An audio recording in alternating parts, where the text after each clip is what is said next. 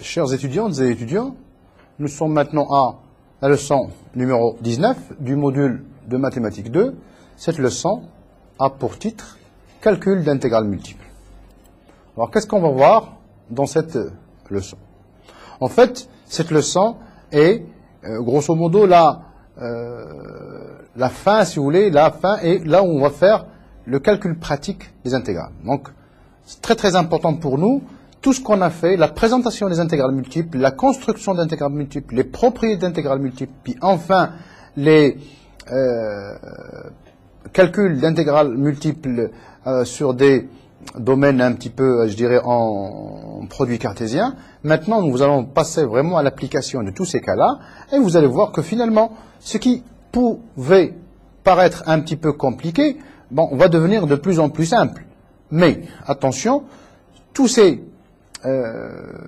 ceci demande de la pratique. C'est-à-dire que nous, on va donner quelques exemples, mais quand vous vous connecterez sur le site Netuno, vous aurez un certain nombre d'exercices, et puis bien sûr, les références des livres qu'on vous donnera, il y aura encore beaucoup plus d'exercices qu'il faut pratiquer. Il ne faut pas croire que c'est très difficile, c'est juste un peu de pratique. Il y a 2 ou 3 choses vraiment à retenir pour pouvoir savoir faire des calculs d'intégrales multiples. Alors on va commencer par ce qu'on appelle méthode de calcul. Exemple, en fait les méthodes de calcul, on les a déjà vues un petit peu dans la leçon précédente. C'est grosso modo le théorème Fibini ou les intégrations par tranche verticale ou horizontale. On verra ça beaucoup plus sur d'autres exemples. Changement de variable. Comment utilise-t-on les changements de variables sur les intégrales multiples? Autre exemple d'intégrales multiples, on verra aussi des intégrales triples par exemple. Et on va faire comme petite application entre parenthèses, c'est ce qu'on appelle les centres d'inertie. Alors c'est un centre d'inertie, c'est le centre de gravité comme vous le savez aussi, puis il y a un moment d'inertie. Alors pourquoi ceci? Parce que tout simplement dans la plupart des exercices de mécanique, on vous demandera de calculer des moments d'inertie et des centres d'inertie. Or, ces moments d'inertie ou ces centres d'inertie s'exprimant à l'aide d'intégrales doubles ou triples, c'est le moment quand même qu'on fasse un petit peu la définition, puis qu'on le sache un petit peu ce que c'est. Commençons par, d'abord, méthode de calcul et exemple. Vous voyez mon domaine ici, D, et vous voyez la fonction que je veux intégrer. Alors, j'ai commencé par une fonction qui est assez simple, hein, c'est la fonction x carré fois y. C'est une fonction polynomiale. Remarquons que c'est une fonction continue. Donc, on ne se pose pas trop de problèmes. Elle est intégrable, le domaine est coarable. C'est-à-dire, toutes les propriétés que nous avions, les conditions que nous avions demandées dans la leçon précédente sont bel et bien vérifiées. D'ailleurs, vous vous rappelez que à chaque fois, j'insistais, en fait, c'est la fonction, quand la fonction est continue, quand le domaine est borné, le problème ne se pose pas, ça va être intégrable, le domaine est carrable et tout ce que vous voulez. Donc, du point de vue maintenant pratique, le problème ne se pose plus. La fonction x carré fois y, elle est bel et bien continue. Alors maintenant, on a envie de donner un petit dessin. Toujours. Donc, règle numéro 1, pardon. À chaque fois, vous voulez intégrer une intégrale double, au moins, hein, même pour les intégrales triples aussi, mais c'est un peu plus difficile. À chaque fois que vous voulez faire une intégrale double, essayez d'abord de bien imaginer le domaine sur lequel on travaille. C'est une règle très très importante. À quoi ça servira? Peut-être, ça vous donnera une idée sur les changements de variables qu'il faut donner. Peut-être, en faisant, rappelez-vous, fixer x et voir un petit peu le y, il varie ou le x, il varie où quand c'est y qui est fixé. Alors, le dessin du domaine est vraiment une chose très très importante. Alors, essayons de dessiner un petit peu notre domaine ici. Alors, ce qu'on va avoir ici, c'est x, c'est y. Qu'est-ce qu'on demande? On demande x positif, y positif, donc on est dans ce quart de plan. On demande à ce que x plus y soit inférieur ou égal à 1. Donc, on va d'abord tracer la droite x, y égale à 1. Alors, ici, ça c'est point 1. Ça, c'est ce point 1. Donc, ça va être cette droite-là. Vous voyez? Vous voyez, je dessine uniquement la partie qui m'intéresse. Alors, je sais qu'une droite, elle coupe le plan toujours en 2 parties. Je ne sais pas où c'est ce x plus y inférieur à 1. Est-il au-dessus ou est-il au-dessous? Alors, il suffit de prendre par exemple le point 0, 0. Est-ce que 0, 0 vérifie x plus y inférieur à 1? Oui. Donc, en fait, notre domaine est ici.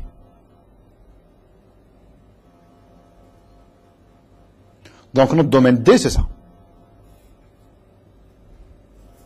Donc maintenant, on a bien compris un petit peu le domaine sur lequel on a envie de travailler. Alors, autre chose, ce qu'on a envie de faire maintenant, c'est dire, je fixe X, je vais voir Y, il varie où? Alors, bien sûr, ici, Y, comme on est dans le domaine, il va varier entre, ici, X est compris entre 0 et 1, et Y est compris entre 0 et cette valeur. Rappelez-vous, on disait, j'avais un domaine, je prends la valeur minimale pour Y, bien sûr, c'est une fonction qui dépend de X, la valeur maximale. Alors, il se trouve ici que cette courbe, c'est Y égale à 0, donc vous voyez, c'est 0. Et puis ici, rappelez-vous que c'est la droite, X plus Y égale à 1. Donc, quand je fixe X, Y va être égal à quoi? Vous voyez, Y va être égal à 1 moins X, donc inférieur ou égal à 1 moins X.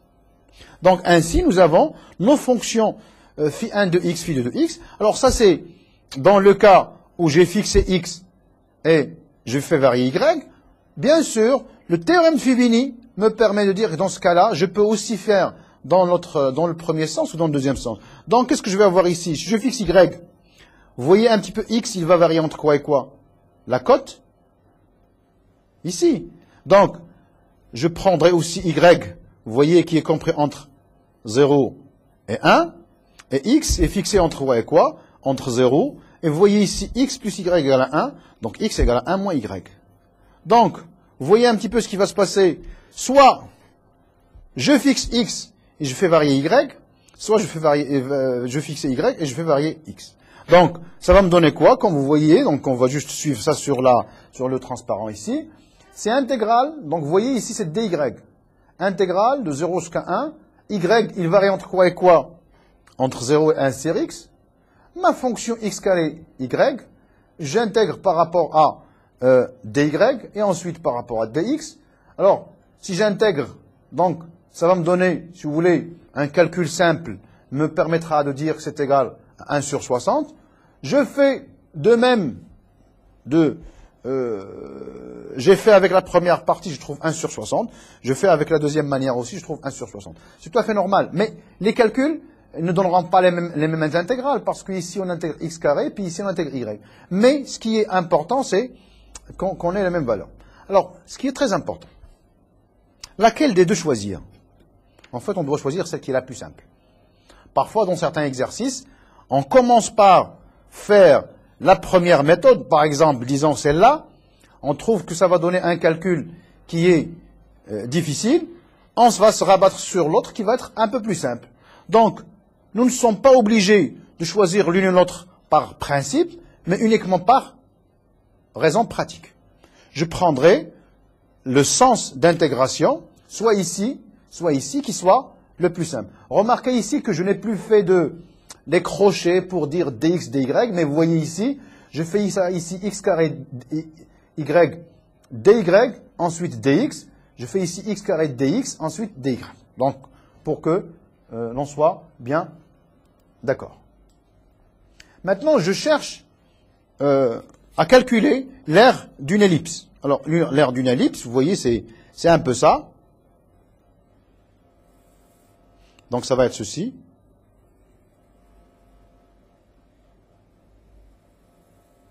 Vraiment, donc j'ai une ellipse qui est quand même approximative. Hein. Donc, ne m'en voulez pas trop. Donc, ça, c'est le grand axe, c'est petit a. Et ça, c'est le petit axe, c'est petit b. Donc, l'équation de l'ellipse, à l'intérieur, pardon, hein, l'équation de l'ellipse, c'est x carré sur a carré plus y carré sur b carré est inférieur ou égal à 1. Donc, D, c'est l'ensemble des xy tels que x carré sur a carré plus b carré. Alors, bien sûr, quand on intègre la fonction constante 1, ça va donner la surface. C'est la mesure de dimensionnelle. Alors, ici, on va essayer de faire ça de manière, je dirais, avec des variables cartésiennes. Donc, qu'est-ce que vous remarquez? Vous remarquez, bon, on va faire par x. X va être compris entre moins a et plus a. Alors, si je fixe x ici, quelle est la valeur correspondante de y? La valeur correspondante de y, donc vous voyez, la valeur minimale c'est ça, la valeur maximale c'est ça. Ça c'est l'ellipse, x carré sur a carré, plus y carré sur B carré égale à 1. Et ça, c'est l'intérieur, ça c'est D. Bon, alors maintenant, Y va varier entre quoi et quoi? Je vais dire, toujours, ça ne doit pas être difficile. Ça doit être lisible ici. Je vais sortir Y carré sur B carré. Je sors Y carré sur B carré. Qu'est-ce que ça va me donner? Y carré sur B carré va être égal à 1 moins X carré sur A carré. Donc, je vais avoir ici fois Y carré égale B carré fois 1 moins X carré sur A carré. C'est Y carré. Donc, Y va venir de la valeur négative à la valeur positive. Donc, compris entre moins B racine, vous voyez, c'est cette racine-là, inférieure à B racine de 1 moins X carré sur A carré. Alors, remarquons ici que ce domaine est symétrique. Donc, ce que j'aurais pu faire, cette surface-là se ramène à 4 fois la surface ici. Or, la surface ici, j'aurai X compris entre 0 et A, et ici, Y compris entre 0 et la valeur positive. Donc, des considérations de symétrie sont très importantes. L'air va être 4 fois intégrale entre 0 et A, de intégrale entre 0 et B racine de 1 moins X carré sur A carré, de dy, ensuite dx. Bon, donc ça va être égal à 4 fois intégrale de 0 jusqu'à A de, vous voyez un petit peu, c'est B racine de 1 moins X carré sur A carré dx. Alors maintenant, c'est pour ça que je vous avais demandé un petit peu de bien pratiquer le calcul des primitives, parce que maintenant, ça ramène, vous voyez, une intégrale définie pour laquelle, normalement, on est censé savoir faire ce genre de choses. Ici, pour le faire, on pose, donc vous voyez ici, je pose x égale à sinus θ, donc je fais un changement de variable, je fais ceci, ça me donnera donc 4 fois intégrale de 0 jusqu'à pi sur 2 de a fois b, donc le a qui vient d'ici, le b qui vient d'ici, de cosinus carré θ dθ, donc ça nous donne pi fois ab. Donc, la surface de l'intérieur d'une ellipse, c'est pi fois AB. Alors, un cercle est une ellipse particulière. C'est-à-dire, dans le cas A égale à B, donc ça donnera, dans le cas A égale à B, ça donnera pi A au carré. C'est évidemment la surface du disque de centre O de rayon A. Donc, vous voyez, cette surface-là. Mais ce qui est très important, c'est qu'on a pu faire ceci, et puis, il serait très très utile toujours de bien profiter des relations de symétrie. C'est très très important. Et vous voyez encore comment utiliser un petit peu pourquoi le dessin du domaine très important. Parce qu'on peut déceler ces symétries-là qui permettront de mieux, donc de faciliter le calcul de ces intégrales, ici double. En résumé, la méthode générale de calcul d'une intégrale double, dx sur d de f de x, y, dx, dy, se fait avec. Alors, d'abord, un dessin, voir les symétries. Donc, intégrer par rapport à une variable, ici y, les bornes vont dépendre de x, d'accord? Ou, puis intégrer par rapport à l'autre variable. Alors, on admettra que pour les fonctions continues, on peut intervertir l'ordre d'intégration. Je rappelle, c'est le théorème de Fubini. Donc, c'est pas pour... mais c'est le théorème de Fubini, on a déjà vu ça à les leçons précédentes. Changement de variable. Alors, avant de faire ceci, je reviendrai toujours à l'aire de l'intérieur de cette ellipse, donc toujours D, de dx, dy. L'ellipse, c'est x carré sur a carré plus y carré sur b carré est inférieur à 1. Donc, je vais faire un changement de variable. C'est comme si, de la forme grand X carré plus grand Y carré. Donc, j'ai X carré plus Y carré égale à 1 ou inférieur à 1. Donc, c'est comme si j'ai X égale à R cosinus θ, Y égale à B R sinus θ. Alors, question. Comment se transforme D? Il va se transformer en un certain delta. Alors, essayons de voir. R, x carré sur a carré, ça va être cosinus carré. Y carré sur b carré, ça va être sinus carré. Donc en fait, R carré inférieur égal à 1. R compris entre 0 et 1. Θ, pas de condition, on fait tout. Donc θ compris entre 0 et 2π. Donc vous voyez, j'ai transformé par ce changement de variable l'ensemble en x et y en un ensemble en Rθ. Rappelez-vous, c'était ce qu'on avait fait quand on avait travaillé avec les changements de variables sur les fonctions de plusieurs variables. Qu'est-ce qu'on avait fait? On avait dit faire très très attention. L'ensemble de départ, c'est i vers j, et la réciproque de j vers i. Donc, s'il est exprimé en tant que variable x et y, qui sont les anciennes variables, c'est ça. S'il est exprimé en tant que Rθ, qui sont les nouvelles variables, ça va être ceci. Alors maintenant, la seule question qui se pose, comment trouver le dx et le dy? Alors, dx et dy, il suffit de faire la matrice jacobienne, donc ce sont déterminants. Alors, jacobienne ici, je dérive par rapport à R. Donc A, cosinus θ. Je dérive par rapport toujours à R. Rappelez-vous, variable, composante. Variable ici, c'est R. Donc je dérive par rapport à R, ça me donne ici B sinus θ. Pour le deuxième, je vais dériver par rapport à θ, donc moins A, R, sinus θ. Ici, ça va être B, R, cosinus θ.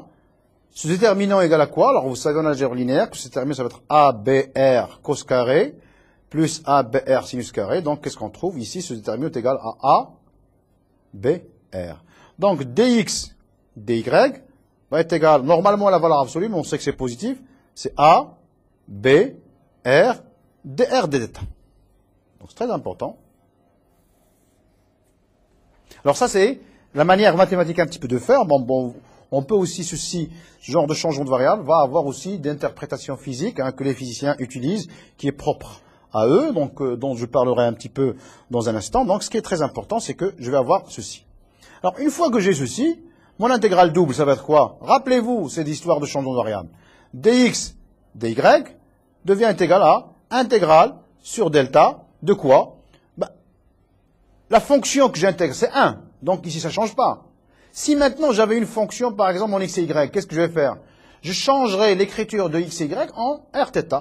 Ici, donc, c'est 1. dx, dy, donc, ça va être A, B, R, dr, dθ. Vous voyez maintenant que c'est un pavé.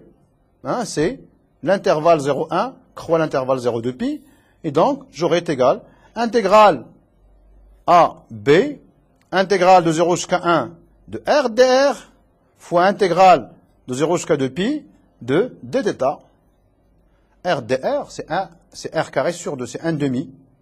Donc vous voyez ici que ça va me donner 1 demi AB sur 2 fois 2π, et on retrouve π AB. Alors, cette méthode-là, elle est plus simple, parce qu'elle conduit à des calculs d'intégrale. Vous voyez, les intégrales ici, à une variable, sont très très simples. Alors que tout à l'heure, quand on l'avait fait avec les intégrales, avec les x et y, on avait intégrale de 0 jusqu'à a de racine de 1 moins x carré sur a carré, ainsi de suite, et ainsi de suite. C'était un petit peu plus compliqué.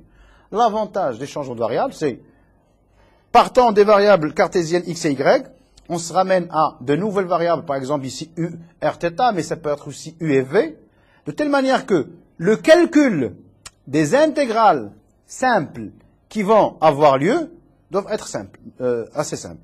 C'est pour ça qu'on change de variable, parce que sinon ça ne sert à rien. On retrouve pi AB. Très important. Alors maintenant, essayons de dire ceci. Alors, on va maintenant prendre des variables coordonnées polaires, mais il n'y a pas que les coordonnées polaires. Vous voyez, si c'est dans le cas d'une ellipse, vous voyez, dans le cas de l'ellipse, on a presque polaire.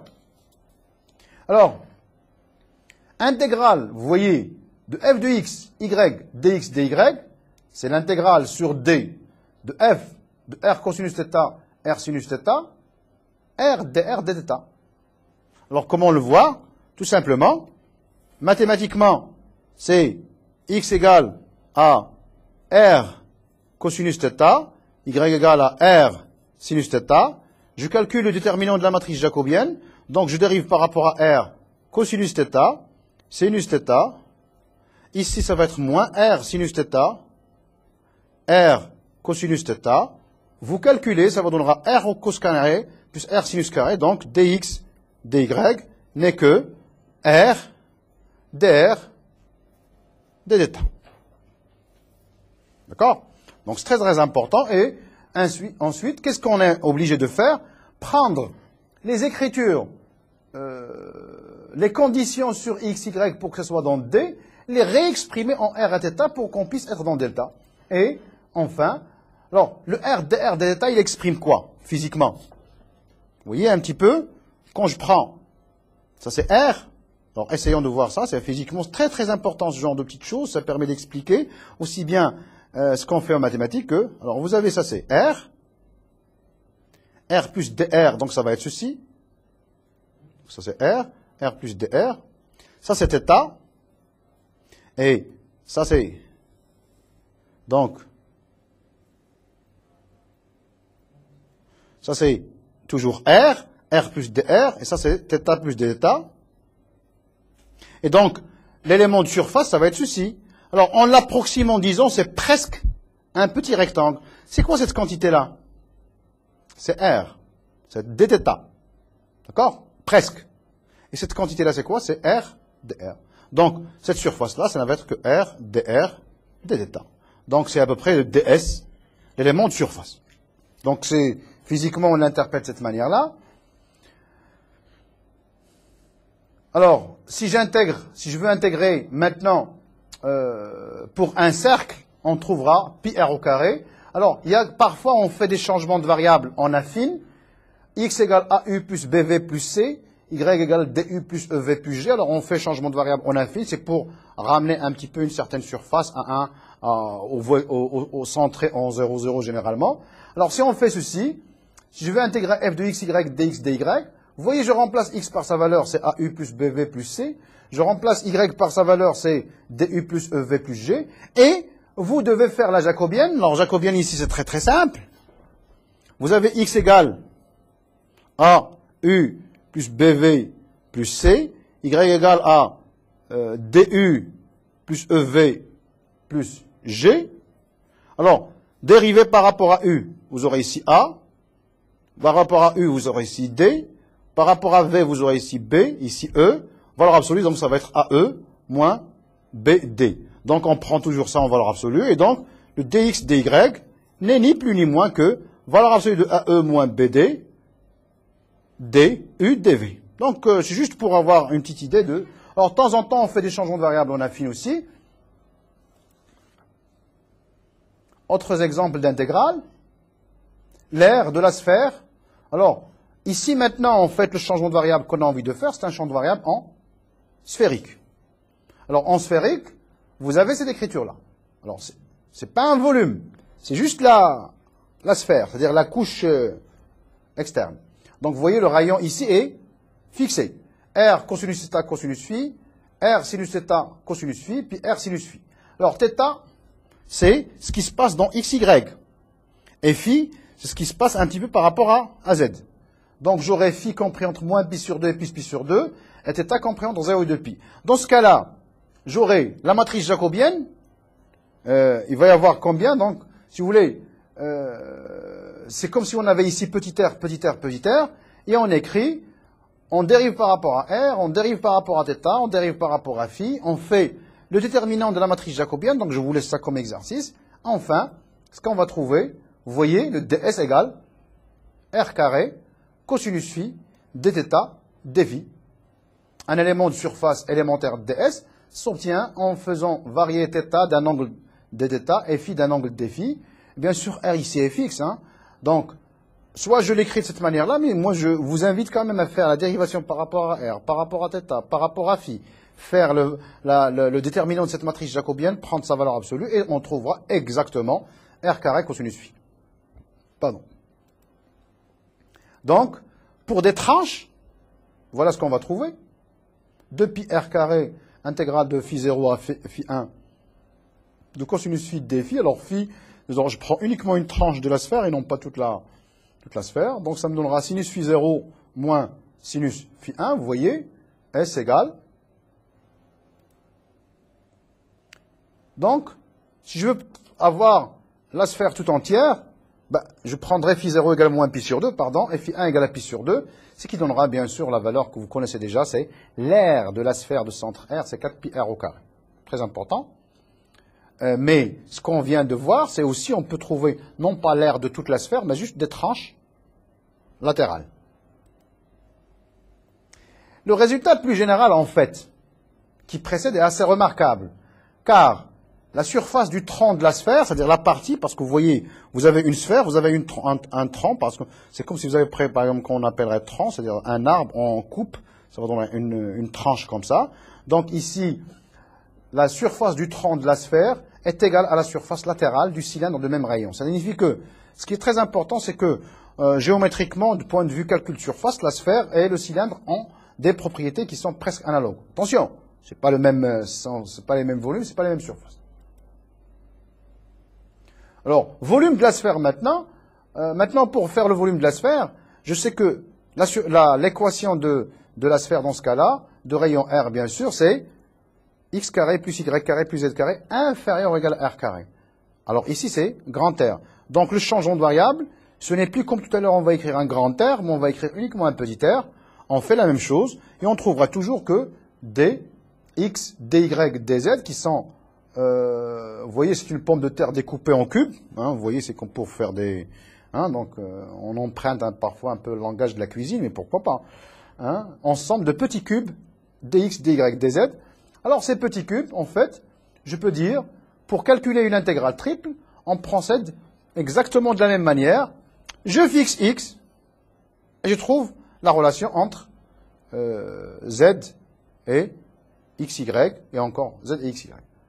Donc, qu'est-ce que ça donnera, par exemple, mais dans le cas de la sphère, bien sûr, il est plus utile de faire un changement de variable. Mais, disons, supposons maintenant que l'on veuille faire, maintenant je ne peux plus vraiment dessiner, mais supposons que l'on veuille faire le calcul, donc ici c'est x carré plus y carré plus z carré inférieur ou égal à 1.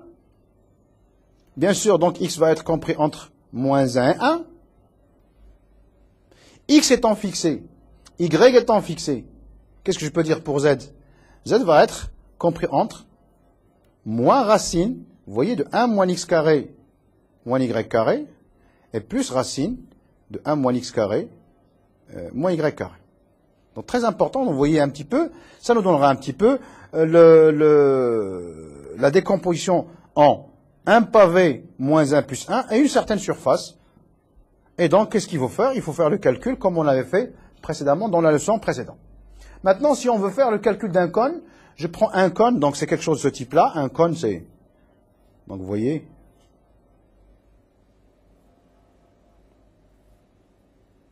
Alors, ici, j'ai considéré que la surface de base est une sorte de surface circulaire. On n'est pas obligé. Je prends une surface quelconque. Alors, comment construit-on un cône?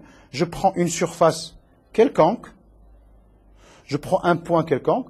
Et je prends tous les points qui partent de ce point-là et qui parcourent la surface. Donc ça nous donnera toujours quelque chose qui est comme ça, un petit peu conique. C'est un peu comme le cornet de glace. Le cornet de glace, il a une base qui est circulaire. On peut maintenant imaginer des cornets de glace avec des bases non circulaires. Mais alors, dans ce cas-là, je ne sais pas comment on ferait. Alors, de surface de base quelconque S et de hauteur H, si on écrit ici, c'est un petit peu ce qu'on avait fait tout à l'heure. C'est intégral, c'est pour Z. Alors j'aurais pu prendre ici Z, compris entre 0 et H de S de Z Z. On avait déjà vu ça la leçon précédente. S de Z est égal à l'aire de la surface se trouvant à la hauteur Z. Par homodécie, parce qu'en fait ici, vous voyez, les surfaces, pour chaque côte, elles sont homothétiques. S de Z va être égal à S Z carré sur H carré, d'où on nous montre que le volume, dans ce cas-là, ça va être 1 tiers de HS. Alors pour la sphère, vous n'avez pas à calculer. Je vous laisse quand même faire ça, ça vous donnera 4 tiers pi r au cube. Application, centre d'inertie et moment d'inertie. Centre d'inertie, c'est le centre de gravité.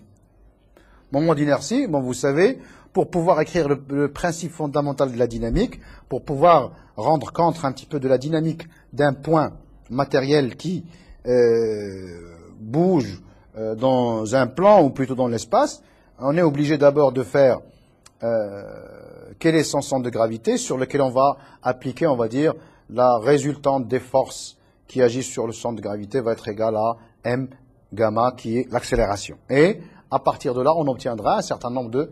D'ailleurs, on va présenter ça après, d'équations différentielles qui permettront de rendre compte. Donc, quand on a envie de faire tout ceci, on a besoin d'abord de centre d'inertie, de moment d'inertie. Alors, pour le moment d'inertie, c'est pour tout ce qui est phénomène de rotation.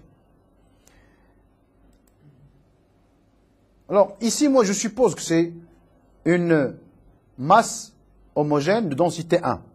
Or, en fait, on peut changer 1 par une fonction en x et y dans le cas où le corps n'est pas homogène. Donc, la masse m va être égale à l'intégrale de dl. Avec dl, c'est racine de x' au carré plus y' au carré. Alors ici, je parle d'une courbe. X de t, y de t étant un paramétrage. Par exemple, quand vous prenez le cercle, c'est cosinus t sinus t. La dérivée, donc, ça va être cosinus prime, donc c'est moins sinus. Donc je prends au carré, c'est sinus carré. Sinus prime, c'est cosinus, donc c'est cosinus carré. Donc le dl va être égal tout simplement à dt.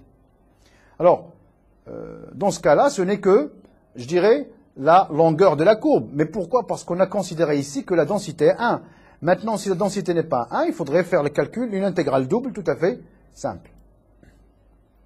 Le centre de gravité va être donné comme ça. xg, c'est 1 sur m, intégrale de x dl. Alors, si bien sûr, maintenant, la plaque n'est pas homogène, il faudrait ajouter en plus ici, sigma de xy, qui est la densité au point xy. Sigma de xy, sigma de xy. Alors nous supposons pour simplifier que c'est égal à 1, mais bon, il se peut quand même que vous aurez une plaque non homogène, donc x fois sigma, où sigma c'est la densité, sigma. Donc ici, vous voyez ce qui va se passer. Alors maintenant, nous nous ramenons maintenant un petit peu à des résultats qui sont très très importants, ce qu'on appelle le théorème de Guldin. Alors, qu'est-ce qu'on vous donne? Je prends gamma, une courbe coplanaire à l'axe OZ. L'aire de la surface engendrée par gamma en tournant d'un angle θ autour de OZ est donnée par cette formule-là. Alors, essayez un petit peu juste de voir un petit exemple de choses de ce type-là. On va travailler uniquement dans R2, supposons que Z est là. Imaginez, vous avez une courbe comme ça. Essayez de faire la rotation. Donc, si vous essayez de faire la rotation, ça vous donnera quelque chose de ce type-là.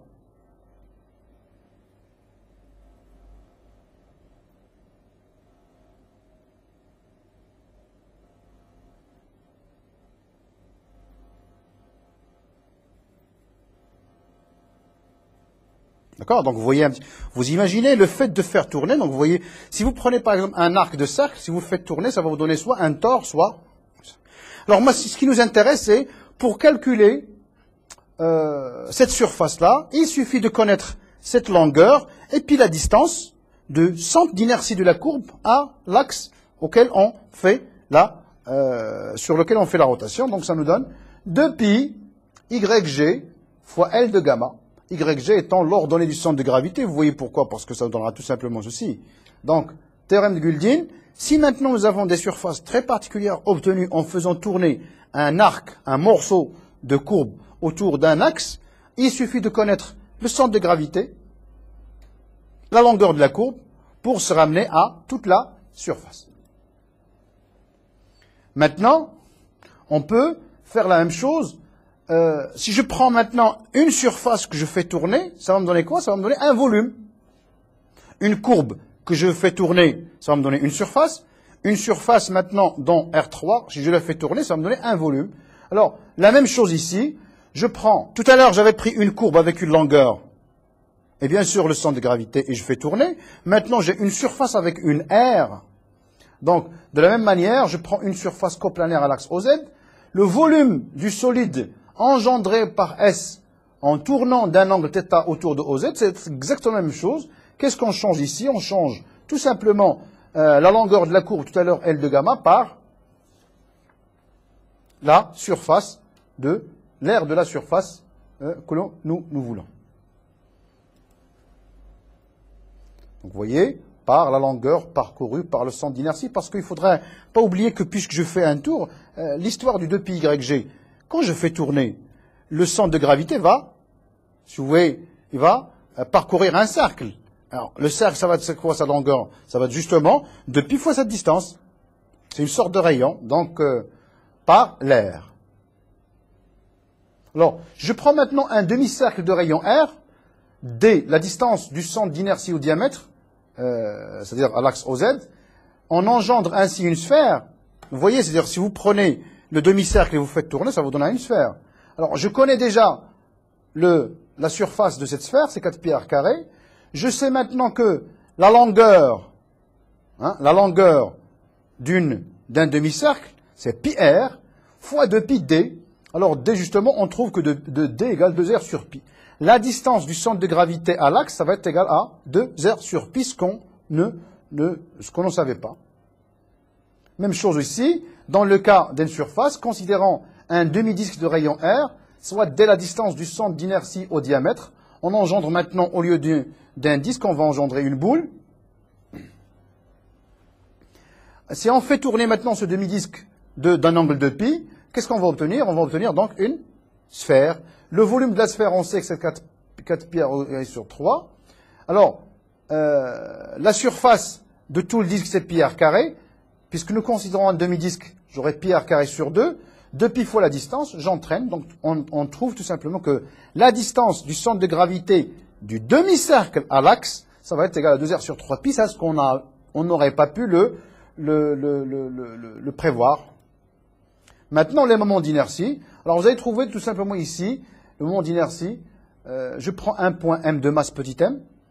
Par rapport à un point O, ça va être petit m fois r², où r, c'est la distance du... Donc, très simple. Maintenant, je prends par rapport à un axe, je prends la distance de m à l'axe, qui est petit r. Ça va... Donc ici, attention, par rapport à O, la distance à O. Par rapport à un axe, c'est la distance à l'axe. Maintenant, si je prends par exemple l'axe OZ, et si le point M a pour composante x, y, z, alors le moment c'est m facteur de x² plus y². Si maintenant je prends par rapport à un point, si vous voulez, par rapport à un plan, j'aurai mr², où r c'est la distance au plan, donc j'aurai, si le plan c'est OYZ, c'est-à-dire je privilégie x, donc j'aurai, le moment ça va être mx². Alors maintenant, nous allons enfin terminer par ce qu'on appelle le théorème de Huygens. Le moment d'inertie d'un solide de masse m par rapport à un axe d est égal au moment d'inertie par rapport à l'axe delta parallèle à d et passant par le centre de gravité. C'est-à-dire, quand je m'intéresse à un axe, en fait, on va calculer le moment d'inertie par rapport à l'axe qui passe par le centre de gravité ou centre d'inertie, mais qui est parallèle à votre axe pour lequel vous faire le calcul. Augmenter du moment d'inertie par rapport à d de g affecté de la masse m. Donc, vous voyez ici, quand je prends la boule de rayon R dont l'axe passe par O, ça me donnera tout simplement, un calcul simple, me donnera 2mr² sur 5. On découpe la sphère en empilement de disques. Vous voyez, c'est ce qu'on avait fait.